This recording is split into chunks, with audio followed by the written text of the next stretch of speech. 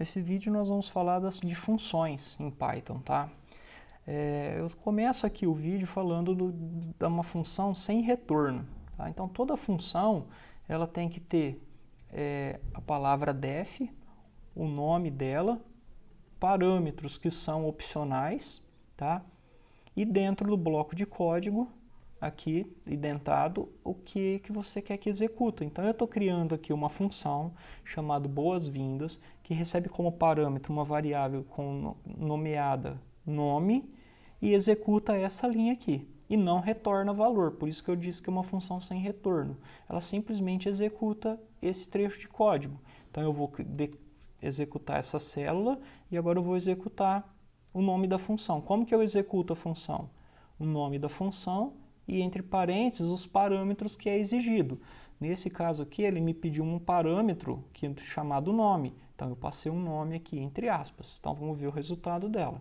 Veja que ele exibiu olá, pegou o meu nome como parâmetro, seja bem-vindo, certo? Então notem que essa função ela não teve retorno, não teve ninguém aqui do lado esquerdo aqui, ó, que recebesse um valor dessa função, tá? Então esse é um exemplo simples de função sem retorno. Embaixo, aqui nós vamos ver uma função com parâmetros e retorno também, tá? Então aqui eu estou fazendo uma função chamada média que recebe dois parâmetros, nota 1 e nota 2. E dentro do bloco de código ele calcula a média, nota 1 mais nota 2 dividido por 2, certo? Simples. E grava a variável resultado.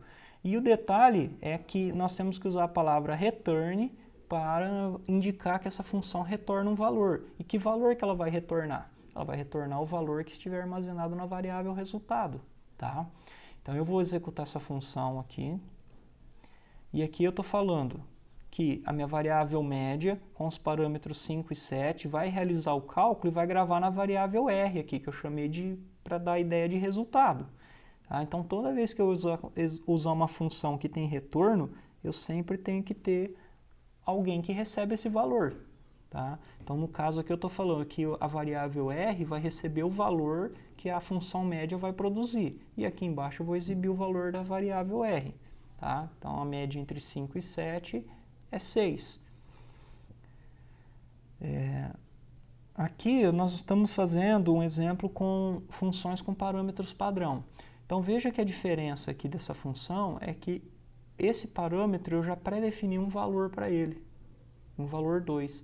Quando você trabalha com uma função com parâmetro padrão, você pode omitir esse parâmetro ao executar a função. Então vamos ver aqui, ó, definição da função, o nome dela exponenciação, recebe dois parâmetros, base, não é um parâmetro padrão, não tem valor para ele, e expoente, que já está com parâmetro padrão 2. E o que ela retorna? A base elevado ao expoente. Então, a operação de potenciação básica, tá? E já retorna o valor. Notem que aqui eu já usei o return direto, não fiz igual aqui que eu criei uma variável auxiliar. Já posso usar o return e colocar o cálculo diretamente na linha, ok? Bom, essa função aqui, por ter um parâmetro pré-definido, um parâmetro padrão, eu posso chamar ela aqui, ó, nessa linha, somente com o parâmetro que não é padrão, que no caso é a base.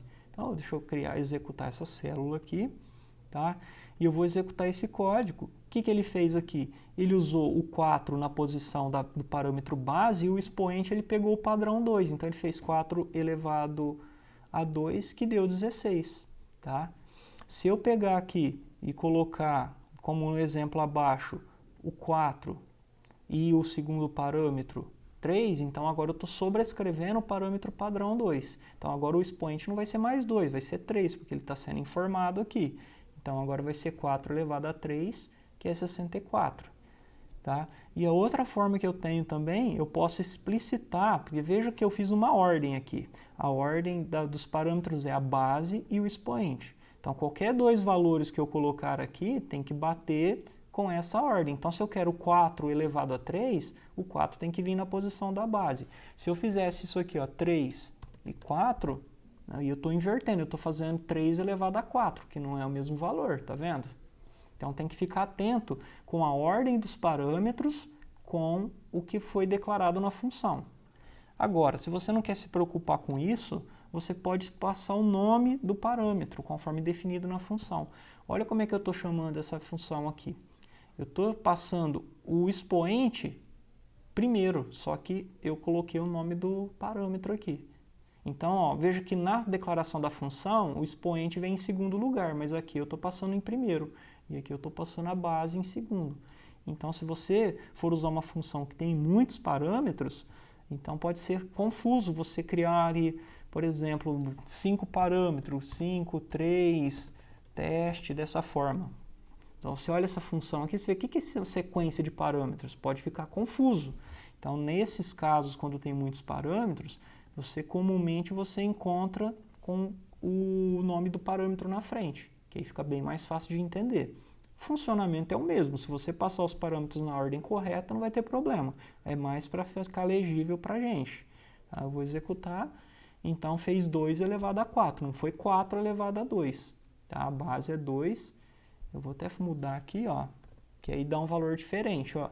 Se fosse 5 elevado a 2, era 25, mas é 2 elevado a 5, então tem que ser 32, ok? E aqui eu estou mostrando um outro recurso muito interessante do Python, que ele permite que você retorne mais de um valor. Então aqui eu fiz o mesmo, peguei a mesma função média que nós fizemos aqui em cima, só que aqui, além de calcular a média, eu calculo também o status. Então eu retorno, numa única função, eu retorno 2 valores. Eu retorno o m, que é a minha média, e eu retorno essa variável s, que é o status, que é um texto aprovado se a média for maior que 6, se não reprovado. Então aqui eu já estou usando aquele if mais compacto, que a gente já viu anteriormente, e atribuo o valor para s. Então aqui eu posso retornar quantos valores eu quiser, basta eu ir separando eles por vírgula. Tá? Então, como que eu recebo esses 2 valores? Bom, se a minha função produz 2 valores de retorno, obrigatoriamente eu tenho que receber eles. Então, eu vou executar minha função aqui, declarei ela, agora eu vou chamar ela, eu vou chamar com os parâmetros 5 e 7, que tem que me retornar uma média. O primeiro parâmetro m aqui é a média, que tem que dar 6, e 6 é o status aprovado, e aqui eu vou exibir na tela. Tá?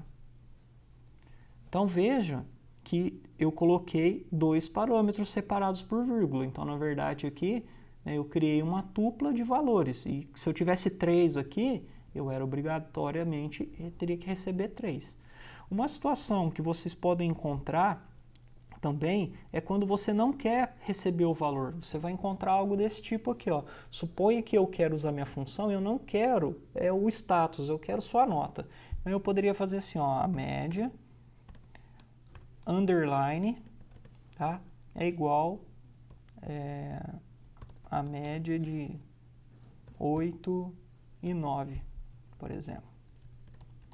E eu vou dar um print na minha variável média. Tá?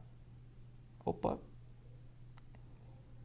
Aqui eu vejo que eu cometi um pequeno detalhe aqui, né? Um pequeno equívoco. A minha função média ficou com o mesmo nome aqui. Então, quando eu executei essa célula, olha que interessante. Quando eu executei essa célula aqui, a média passou a ser um valor, não mais a minha função. Então, aqui eu vou manter a minha função média e aqui eu vou trocar o nome para m e s, certo? Para não ter conflito. Então, no Python, vocês têm que tomar cuidado, porque você pode sobrescrever o nome daquela que, no início, média era uma função e depois média passou a ser um valor. Então, aqui, eu vou fazer a mesma coisa. Tá? Certo? Quando você encontrar um underline, significa que essa função tem retornos que você não está interessado neles. Então, isso é muito comum de acontecer no Python também.